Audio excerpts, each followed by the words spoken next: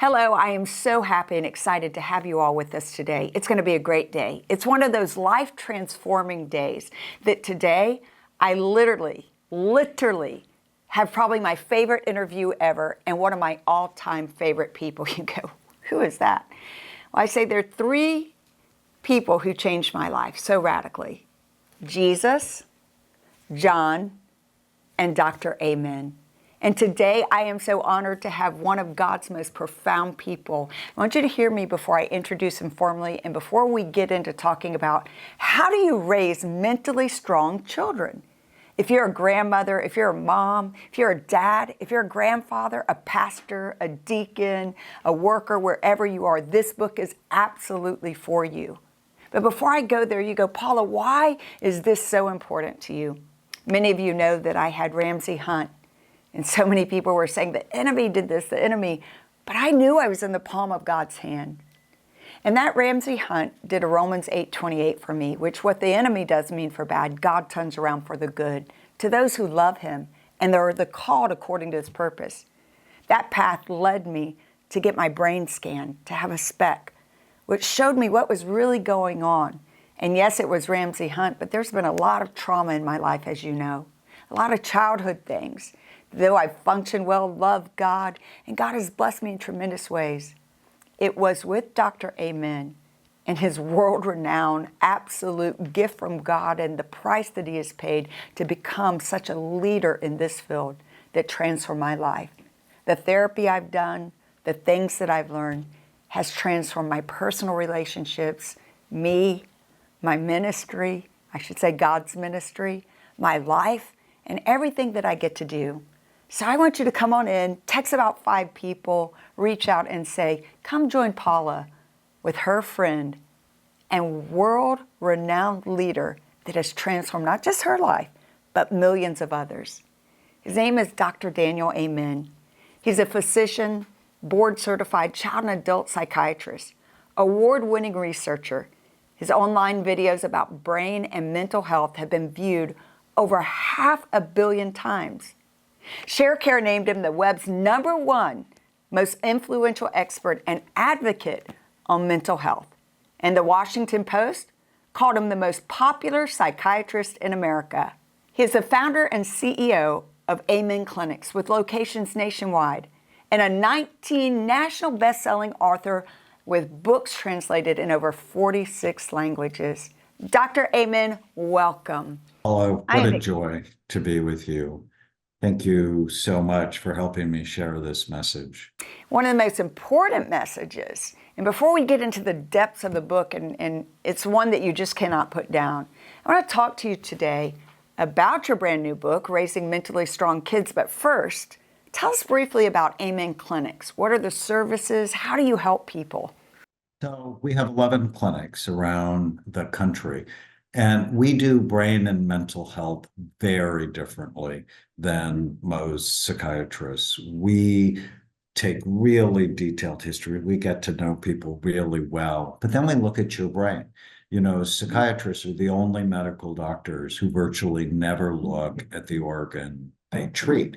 And I knew that was wrong, and I knew it would change. And so for the last 35 years, we've been looking at the brain. We do a study called brain SPECT imaging. SPECT is a nuclear medicine study. It looks at blood flow and activity, and it basically shows us 3 things: good activity, too little, or too much. And then our job is to balance it, because with a better brain always comes a better life. And so we're so excited. Our youngest patient is 9 months old. Our oldest is 105. We see people who have ADD, anxiety, depression, autism, all the way to people who have Alzheimer's, traumatic brain injury. And we're just eternally excited to help people have better brains and better lives, all in the context of supporting who they are as children of God. It's absolutely astounding what you've done. And for me as a recipient of it, I mean, it has brought such joy and just healing in my life. And your book really, so everybody might want to say, I want to come get the brain, scanned, the SPECT right today. But I think this book is imperative that we don't have to wait until we're adults to fix what's broken. We can be so proactive. It's just life transforming. And you wrote this with someone that you're in partnership with now, that you guys, your lives have interacted and been interwoven. Both you and Dr. Charles Fay bring significant and varied expertise to the topic of raising mentally strong kids. Explain how your individual work and expertise complements the others, and why did you decide to do this together? Well, we're at a historic time of children with mental health problems. Brand new study out, teenage girls, 54% of teenage girls report being persistently sad. 32% have thought of killing themselves, 24% have planned to kill themselves, and 13% have tried. There's nothing about this that is okay. The incidence of addictions and ADD and depression in boys and young men has skyrocketed. Yes, the pandemic made everything worse, but we were at historic levels of anxiety, depression, and deaths from drugs, alcohol, and suicide before the pandemic started, and then everything got worse. And one of the most protective things against a child's mental health problems is their attachment to their parents. And attachment is so important. And for many years, I've been a huge fan of Jim and Charles Fay, who started the Love and Logic Institute. I just think it's the best parenting program on the planet. It helped my own family. And then it's like, well, what if we could combine neuroscience and brain health with parenting with love and logic? And that's what we did. Yeah. And I'm just thrilled to have written this book with Dr. Charles Fay. He's the president of the Love and Logic Institute. And I think it gives parents that instruction manual that should have come with your kids, but how it's different than any other parenting book on the planet is it has a brain health component to it. And I'm just honored and thrilled to be able to share this information. Most people, they see me on public television and they don't really understand. I'm a child psychiatrist, and at my core is development and attachment. And I want to share that message. Like, the first principle of the book is you have to tell your brain what you want. What kind of parent do you want to be? And what kind of child do you want to raise? You have to imprint that. You have to tell your brain what you want. I want to be present. My dad was always gone. And if you're always gone, you have no influence without attachment. You have no influence without connection. And so I want to be present, but I also want to raise independent, responsible, resilient, mentally strong kids, which means I can't do everything for them. And I think when I was a young parent, I don't think my self-esteem was very good. And I would get self-esteem by helping them fix their problems. And then later on, I'm like, oh, I'm getting self-esteem and I'm stealing theirs. Because where do we get self-esteem? From being competent, from being able to solve our own problems. And so when a child goes on board, rather than scurry around to fix it, go, oh, you're bored. I wonder how you're going to fix that.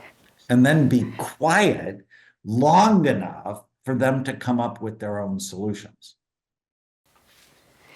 Dr. Amy, I can unpack that forever. I mean, when we just start, I think you throw out these statistics, and for some it might just go, whoa, but let's just hit the first one you hit. I'm thinking about that literally a third of our daughters want to commit suicide.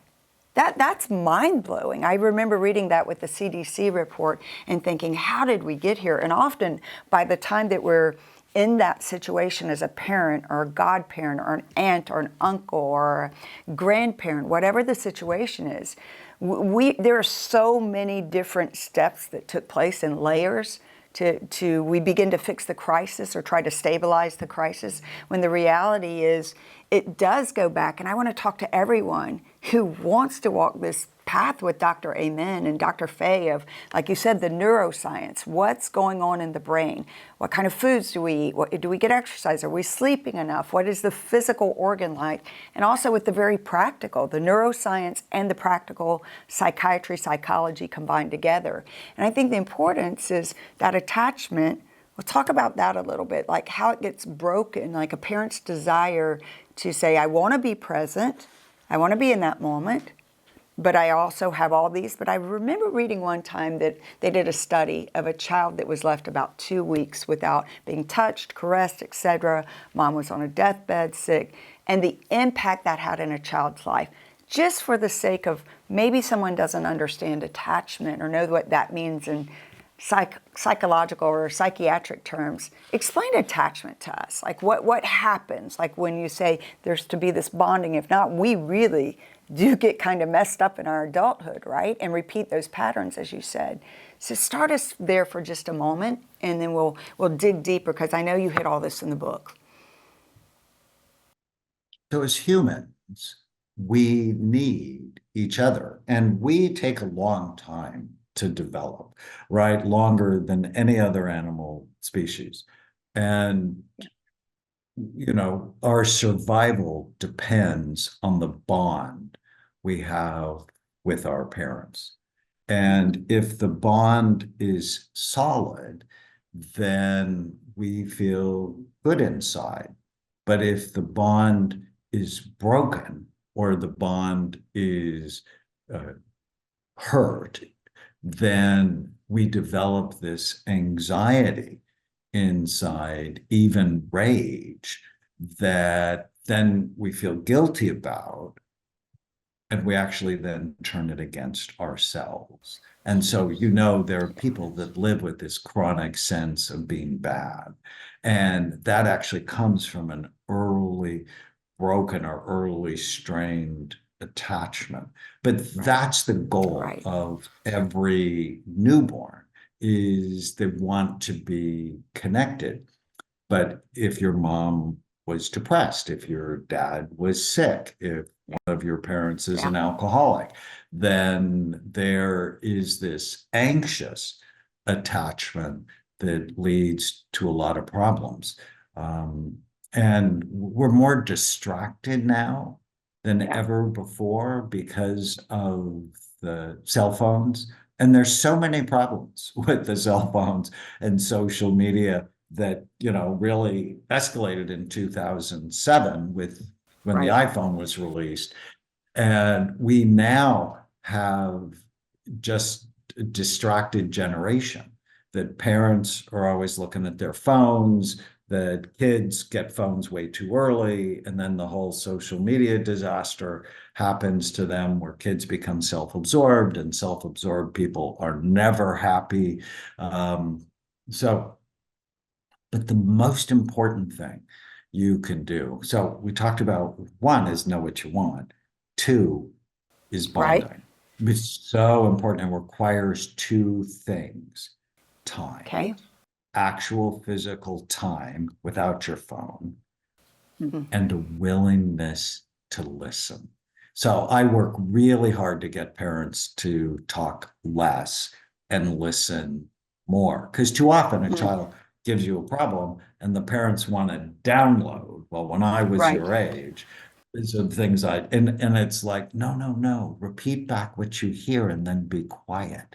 Because if children believe you listen to them, you really hear them, they're going to attach. And time, there's an exercise in the book I love so much. I think it's like my favorite exercise, because it works, that it's called special time. You can do it with your spouse, you can do it with your children, but the idea is this. You have no relationship without time. Right. And in this with parents, 20 minutes a day, do something with your child that your child wants to do that's reasonable. And during that time, no commands, no questions, no directions. It's just time to connect, to plug in, no phones. And if you do that, remarkable things happen. My first literary agent, when I figured this out, he called me up. He had a child later in life, and he said, my daughter Laura, who's 2, she just never wants to be with me. He said, that's a girl thing, right? They just want their moms. I'm like, absolutely not, Carl. You're ignoring Right. her. It's like, what? Oh, I said, you're ignoring her. I said, do this. And then I told him about special time, 20 minutes a day, do something with her she wants to do, which means sit on the floor and play blocks with her. And during that time, no commands, no questions, no directions. And he's like, oh, that won't work. He tended to be oppositional. I'm like, oh, great. You represent an idiot. Maybe we have to rethink this relationship. And I was like, this works. Do it. And I'm going to call you in 3 weeks. So I put him in my schedule. And 3 weeks later, I called him. I'm like, hey, Carl, this is Daniel. Daniel, she won't leave me alone. As soon as I walk in the door, all she wants to do is be with me. She grabs my leg and she wants her time. Right. It's time. Time is so critical. Now, you can't spend time with them and belittle them yeah. or emotionally beat them up. I want parents to use less words.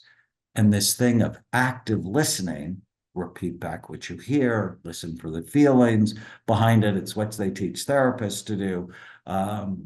And kids just talk, they open up, and they bond.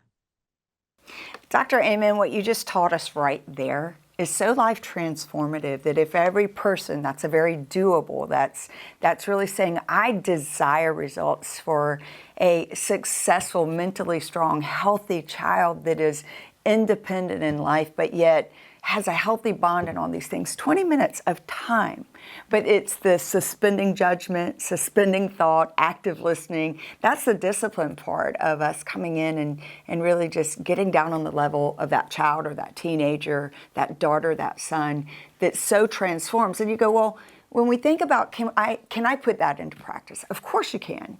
So then we recognize, like all throughout the book, you're counseling parents that they have to really care about raising mentally strong children and young adults. And it takes intention. You have to be intentional.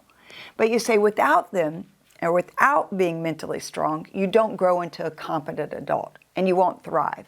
So I think as a pastor, how we're always teaching the Word, and the Word does transform people, and how we're trying to get people into their purpose, God's intention, and how difficult sometimes that journey can be, the spiritual side, because I believe when you don't have a renewed mind, mentally strong and have that impact, it's going to inhibit your ability relationally with others. It's going to inhibit your ability to find your purpose, to walk it out, etc. Tell me how it impacts a young person, a child in their adulthood. How does mental strength impact their success or their failure? Well, if you do too much, they're going to be anxious and feel less than other people. There's this great example, this love and logic example we talk about in the book. Chloe, who's my 20-year-old, who's very mentally strong, she was bossy. She was actually a bit of a hellion growing up and would torment Tana. And they would spend hours doing homework when she was 7 in second grade. And I'm a child psychiatrist. I'm like, Tana, you've done second grade. You need to get out of this and let her do it. But she wasn't listening to me. And 3 separate people recommended Parenting with Love and Logic to her. And Wow. she took the online course. She then read the book. Then she took everything, the Love and Logic Institute, and even became a certified trainer. And it culminated into one night when it was time for Chloe to do her homework. She said, Chloe, I've done second grade. I am never going to ask you to do your homework again. This is for you to do. And if you don't do it, you'll just have to deal with the teacher, and I'm not going to rescue you. And, and if you really don't do it, you'll make new friends when you repeat second grade. And Oh, Tana completely got out of the fight, made her responsible. Chloe got upset and said, I never said I wasn't going to do it. I'm just not going to do it now. Stormed off. 20 minutes later, came back, and no one ever asked her to do her homework again. She wow. held the anxiety. People go, oh, anxiety is bad. No, anxiety is absolutely Right. essential. People who have low levels of anxiety die early from Mm, accidents and preventable illnesses. That's from Stanford's. wow. It's the longest longevity study ever done. You don't want too much, right? That's bad. But you also don't want too little where the parents are doing everything for the child. And if Chloe forgot her homework, there's no way Tana would bring it to her after becoming a Love and Logic parent, because she only has to forget once and then she'll remember. If she didn't bring a sweater to school, there's no way Tana's bringing it. It's like she'll be cold, but she'll only be cold once. Or if she didn't bring her lunch to school, there's no way, because we want kids to make affordable mistakes. Too often, parents are like, solve, solve, solve. But what Yes. that creates is someone who can't solve for themselves.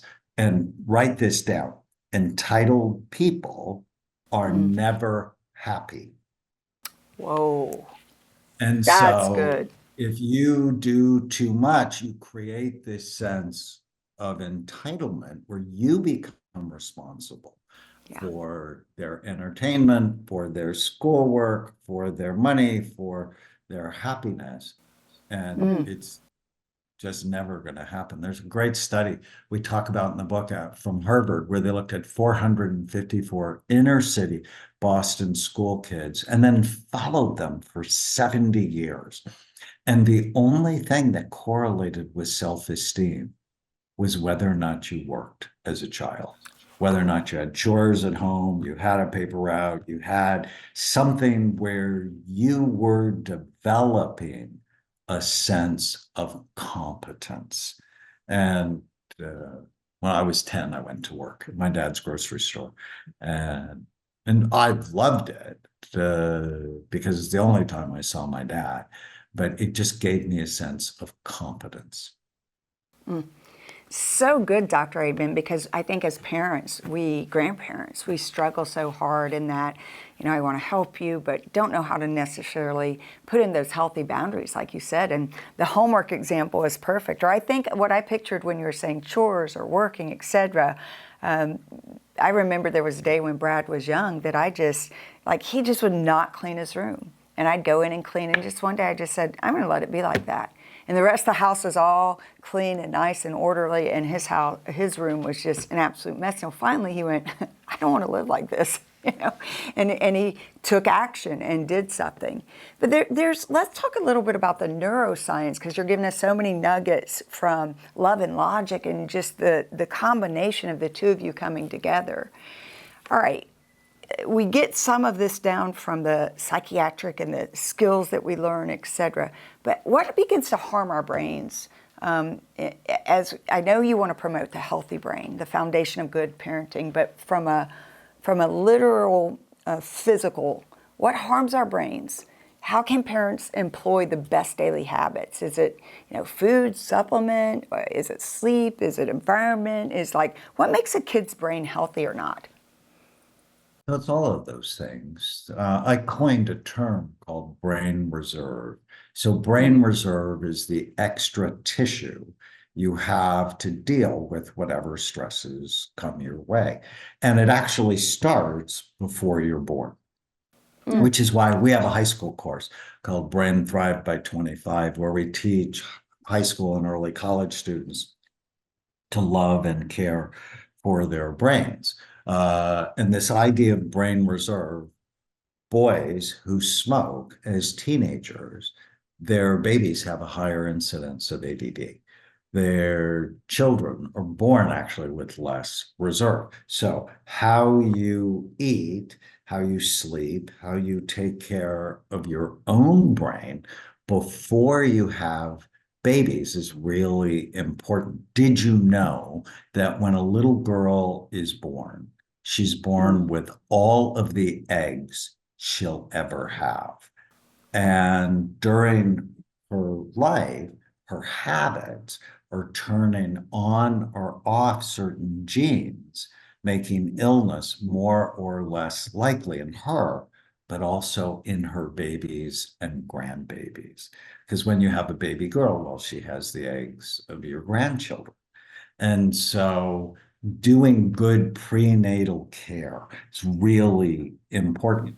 But then brain reserve, once a woman is pregnant, how is she eating?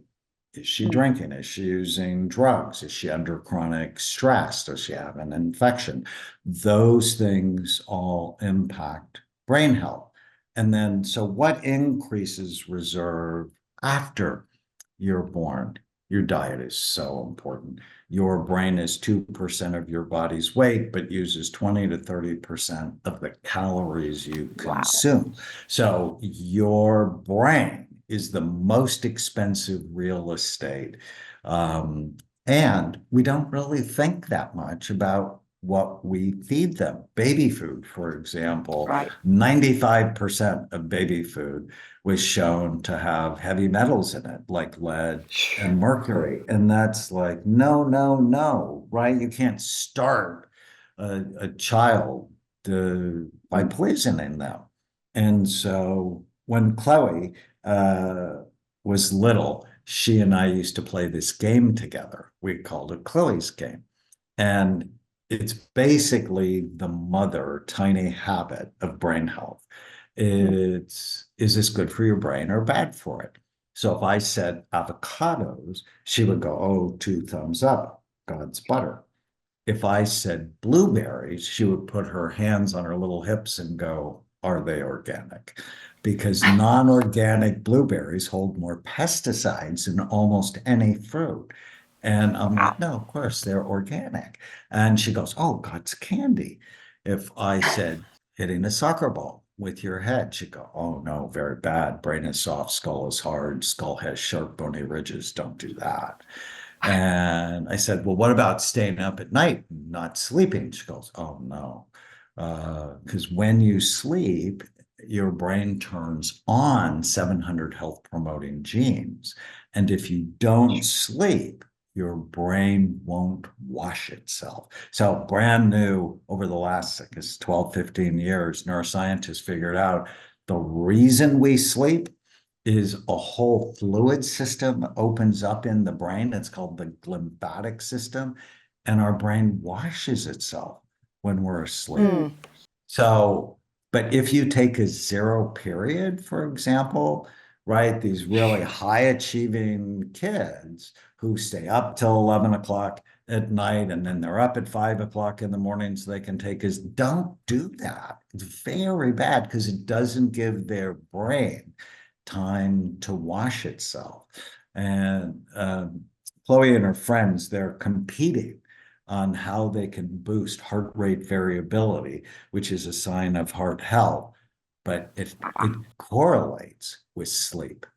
Do you get 7.5, even 9 hours of sleep at night? And little kids need more.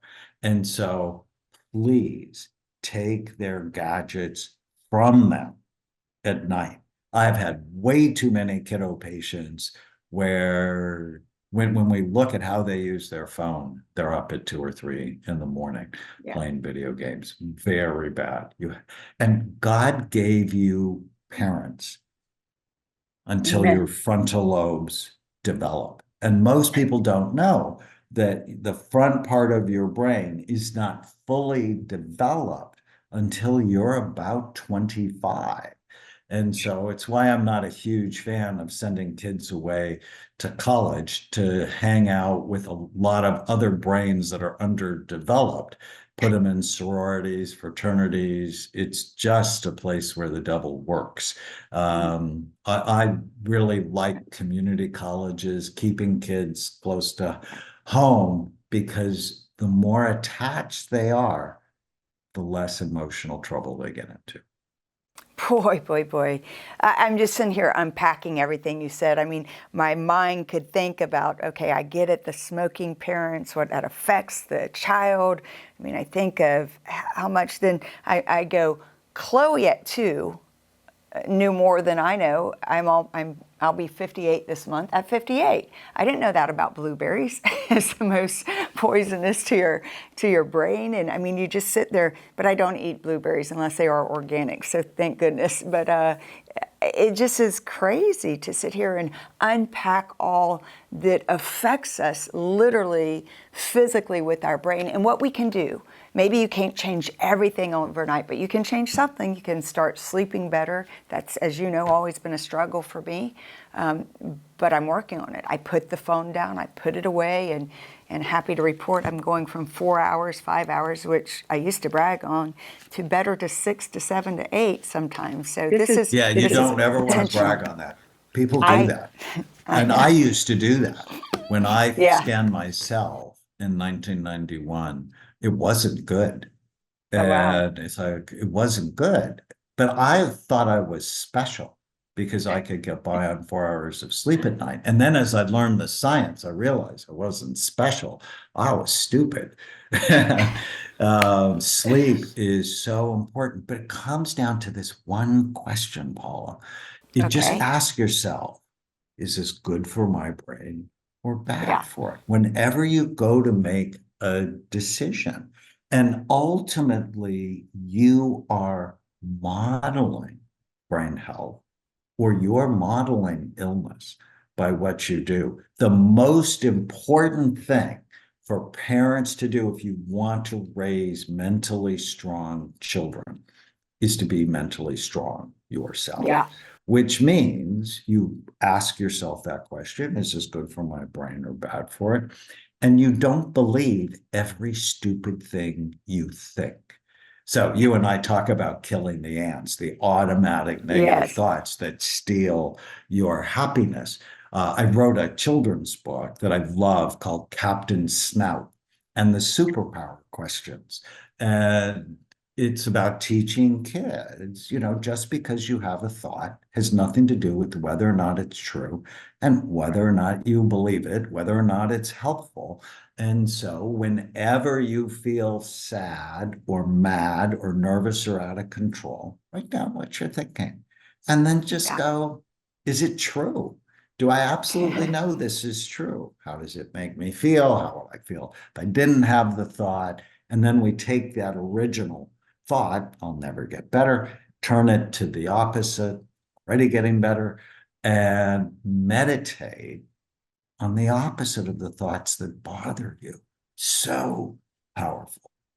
Oh, Dr. Amen, and I love it. You've got that in this book with Dr. Faye too, and it's something you have taught me to do.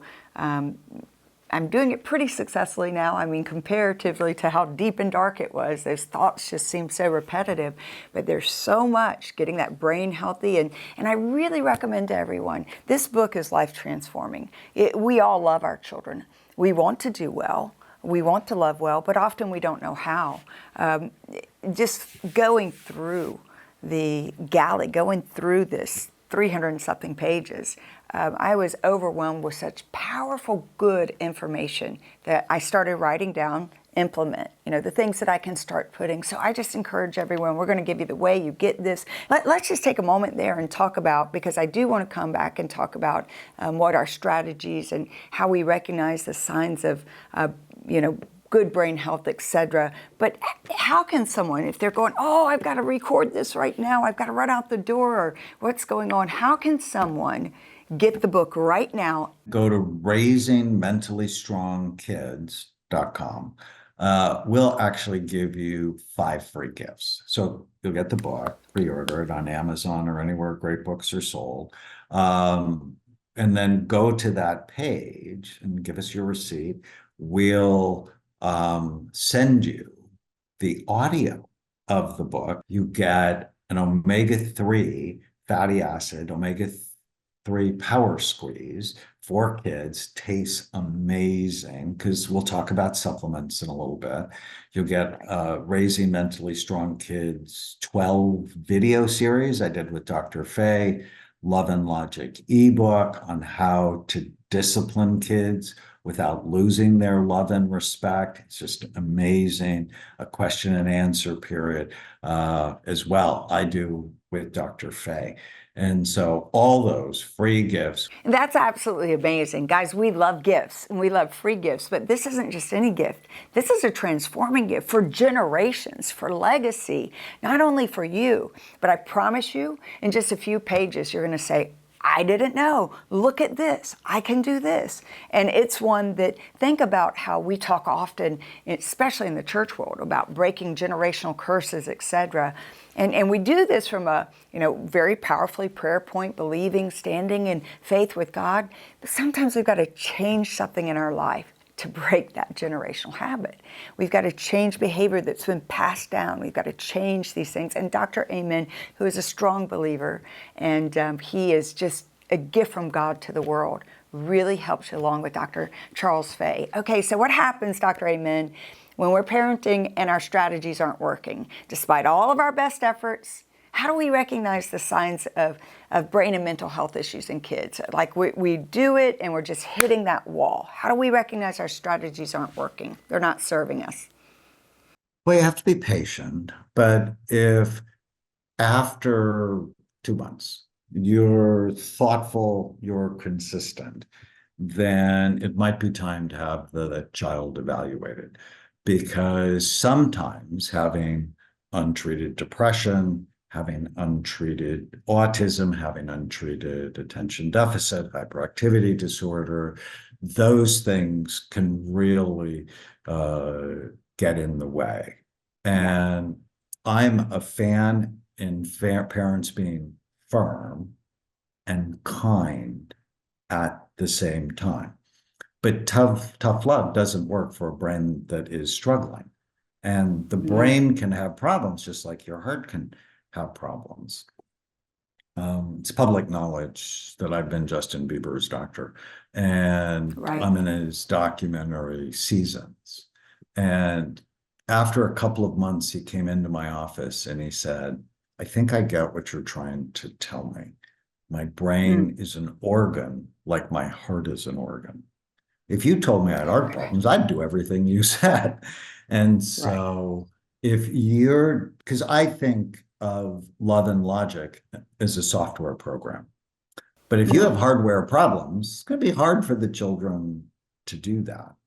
And so getting kids, and in the book, there's a whole section on when things don't work, what else should I be thinking of? So, for example, if you have a child that tends to be argumentative, oppositional, hold grudges, if things don't go their way, they get upset. The front part of their brain may be working too hard, and they tend to be rigid and inflexible. Giving them a little bit of 5-HTP, which is the amino acid precursor for serotonin, helps calm that down and just helps them be more flexible. And one question I always ask parents, and then I ask the kids, how many times out of 10, when you ask this child to do something, does the child do it the first time without arguing or fighting with you? And the typical answer is 7. If it's 3 or less, the front part of their brain probably works too hard. And if you go never, probably a good time for them to be assessed, unless you taught them they don't have to listen, right? And that's why we didn't talk about it, but there's a whole section on rules. Like, society has rules. I like rules and guidelines. Like, tell the truth. Do what mom and dad say the first time. put things away you take out. We treat each other with respect, right? I like families to create expectations. Because if you tell a child to do something more than 5 times, your chance of abusing that child just went way up. But ultimately, we teach people how to treat us by what we tolerate. And so in my house, the rule is if you have a tantrum to get your way, the answer is no. It's always going to be no. Go throw the tantrum if you wish. And when you don't reinforce something, it tends to not happen, right? If they have a tantrum and I give them their way, what did I just do? I Gave taught into them it. that's how they Yeah. get their way. We Way. teach people how to treat us by what we tolerate. But don't yell at them. Don't hit them. That's not going to be helpful. I always say, soften your voice when you're upset. Yeah. And when you don't know the consequence, don't get crazy and give them a consequence that's irrational. Like I'm going to ground you for the year. So Go, good. I'm really upset. I have to think about it. And then think about it. Never discipline when you're out of control. It's Yeah. always okay. And it makes the kids more upset.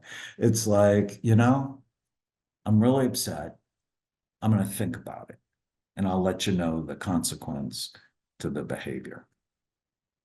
Dr. Amen, you are loading us down. I'm just in here, of course, making a ton of mental notes that I'll put in my journal, write down, continue to read, continue to implement. And I think for all of us who have that heart that I want to be better. I know one of the things you always ask me, and pretty much the world that watches and is in my sphere knows about Asher. That's my first granddaughter. That is my 7-year-old little sweetheart. And you always ask me, would you do that to Asher or so? And so I use that as a standard, like, would I talk in this tone? How do I calm down? Even that's great. I didn't think about the consequence part. Like, don't make it immediate. I bet that time for a child has to feel like an eternity. If you're not, it's like, I'll come back to you tomorrow. It's brilliant, though. And this is what raising mentally healthy, strong children is all about. I could keep you for hours and hours, as you know, but give us a few tips and tools for some common challenges. People are like, okay, the kids fight all the time. The sibling rivalry. We had to deal with that last night. This one's right at home. I was like, man, don't treat your sister like that. Don't treat your brother like that. This is my grandkids. Peer pressure, or the underachievement, dating. Boy, what a crazy world. I love the community college because so many children and parents are pressured and put pressure on each other. Or one of the big ones I think every parent, grandparent faces is this tech misuse. We didn't grow up in that time, obviously. It was maybe turn off the TV, but much easier to manage. This is peer pressure, this at school, buy me a phone now. What do you want for Christmas? A phone? What do you want for a phone? No, you're not getting that till, I want to say like 40, but then they get someone else's phone. I mean, it just goes on and on. How do we take this culture, this time, and I know you address it in the book with Dr. Faye, and deal with those challenges and turn them into more strengths of character? Well, let's talk about phones. All the research on it is bad. That they're not good for children. The American Academy of Pediatrics actually recommends no screens, including television, until they're 3. And I don't think you should actually give your child a phone until they're teenagers. And I think you should tell them, this is my phone. I'm going to let you borrow it.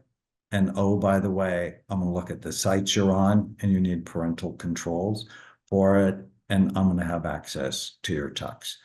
They're dangerous, and it's just so critical to be cautious. with them. If you go, is there one explanation for the incidence of teenage suicide in girls?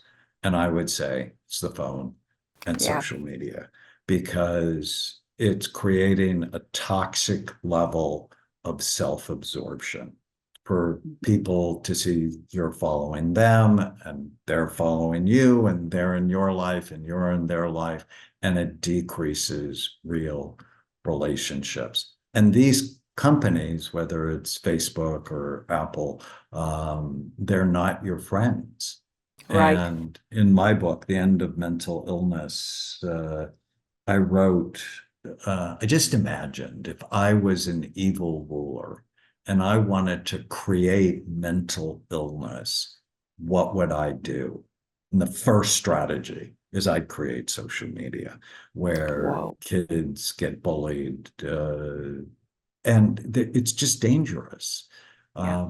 And I'm not naive. I have 6 children, but I know until they're adults where they are, what they're doing, and I check. So remember, we talked That's about the great. brain is not fully, your prefrontal cortex, the most human, thoughtful part of you, is not fully developed until you're 25. And so many parents, they're like, I can't wait until they're 18 and I throw them out of the house. It's a really bad strategy. Yeah. It's just more likely to get them in big trouble with addictions and things like that. But I love that you brought up Asher, because this book is also for grandparents. And, Yeah. as a grandparent, if you have time, if you're listening, if you have rules for behavior when they're with you, I think that's so important. And sibling rivalry, if you go back to rules, we treat each other with respect. Now, it's natural, right? Cain and Abel, it happened early, where there's jealousy and this, parent loves me more than that one. But still, we have the expectation we treat each other with respect, which means you need to treat your spouse with respect. And one of the Right. most important things you can do for your children is love their mother or love their father and show them what a loving relationship is. Back to the idea is we're modeling health or we're modeling illness. And so these same principles apply to adults. Raising mentally strong kids requires parents to be mentally strong. And I want to, before our time runs out, just talk about 2 words, because these are the words that are just foundational to healthy parenting. It's firm. When you say something, mean it, back Yeah. it up, but do it in a kind way.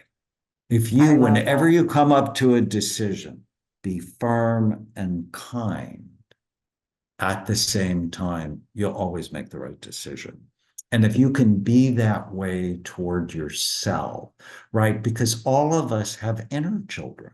All of us still have a 4-year-old in us that wants what he wants when he wants it, right? And so we have to discipline that 4-year-old in us to go, okay, does this fit with what we really want?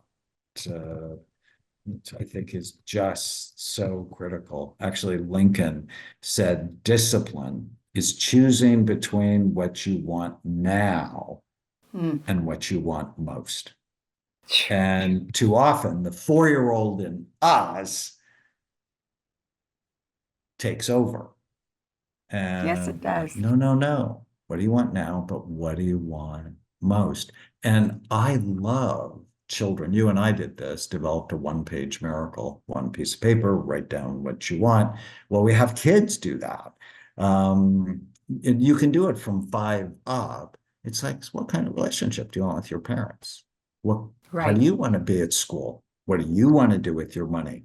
How do you want to be physically and emotionally? And have them write it down and just go, does your behavior fit? So with Asher and her brother, it's like, I think it's really good to go, so what's the goal?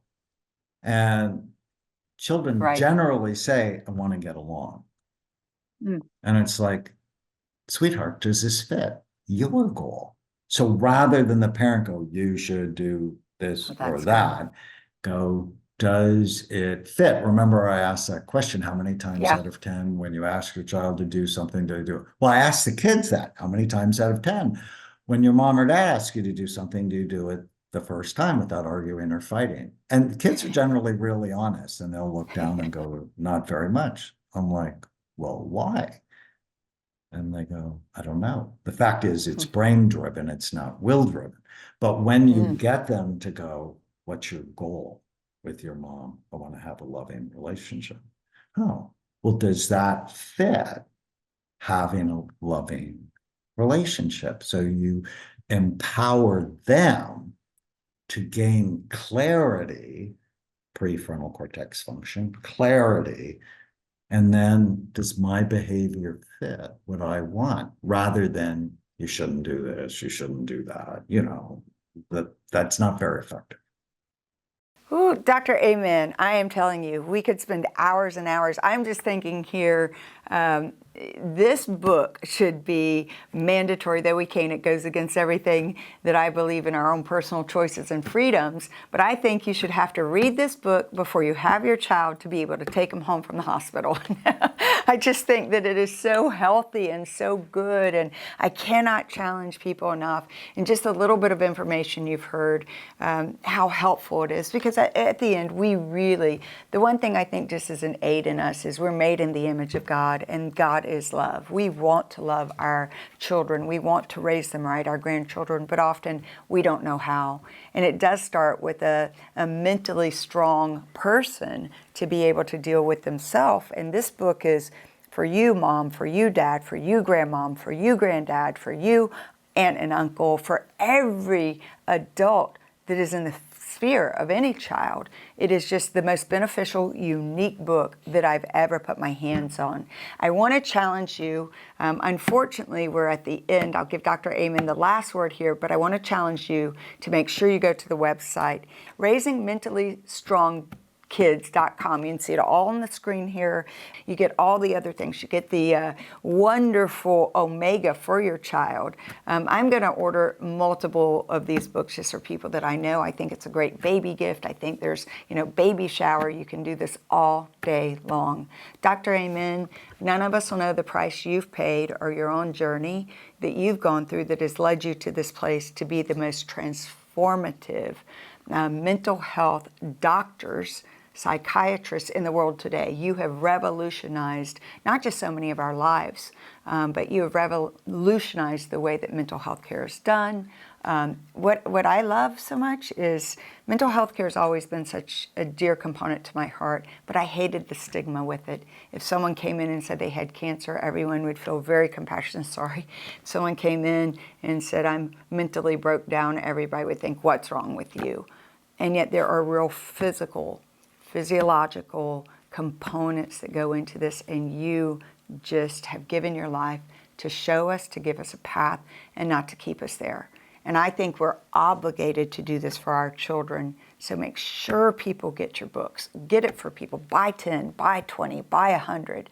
It's one of the greatest gifts you can ever have. Dr. Amen, leave us with some parting words and what you would like, what last wisdom nugget I can pull out of you. Well, I'm just so grateful to you.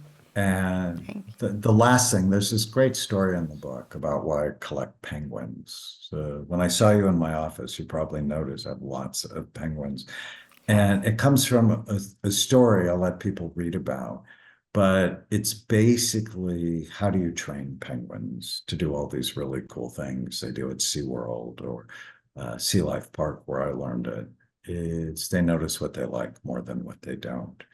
Whenever they do the right thing, they notice them. They give them a hug and they give them a fish. We as parents, if we're not thoughtful, we tend to notice what we don't like. And then we train that is a way for kids to get our attention. But if you notice what you like 10 times more than what you don't like, you are reinforcing behaviors you like. Also, two other things just quickly. Start That's every great. day with your kids. Today is going to be a great day. You started that for us Yeah. today. Thank you. And when you go to bed at night, when you put them to bed at night, go, tell me what went well today. And we're directing their minds to look for what's right rather than just to reset on what's wrong. I love it, Dr. Amen, and we are so grateful. John and I love you. My family loves you. Our ministry loves you, and we're so grateful for the God connection. I just encourage everyone, go to raisingmentallystrongkids.com. Make sure you pre-order. Get your 5 gifts. And I just, had this thought, like, maybe you should think about getting some penguins to put on your website, because I think it'd just be a great little reminder every day in front of us to say, what is it that I'm doing here when I did that action? And to remind us that people change behavior by pointing out what they did right, the likes, not the dislikes. Dr. Amen, we love you. Thank you. Love you back, Paula. Thank you so much.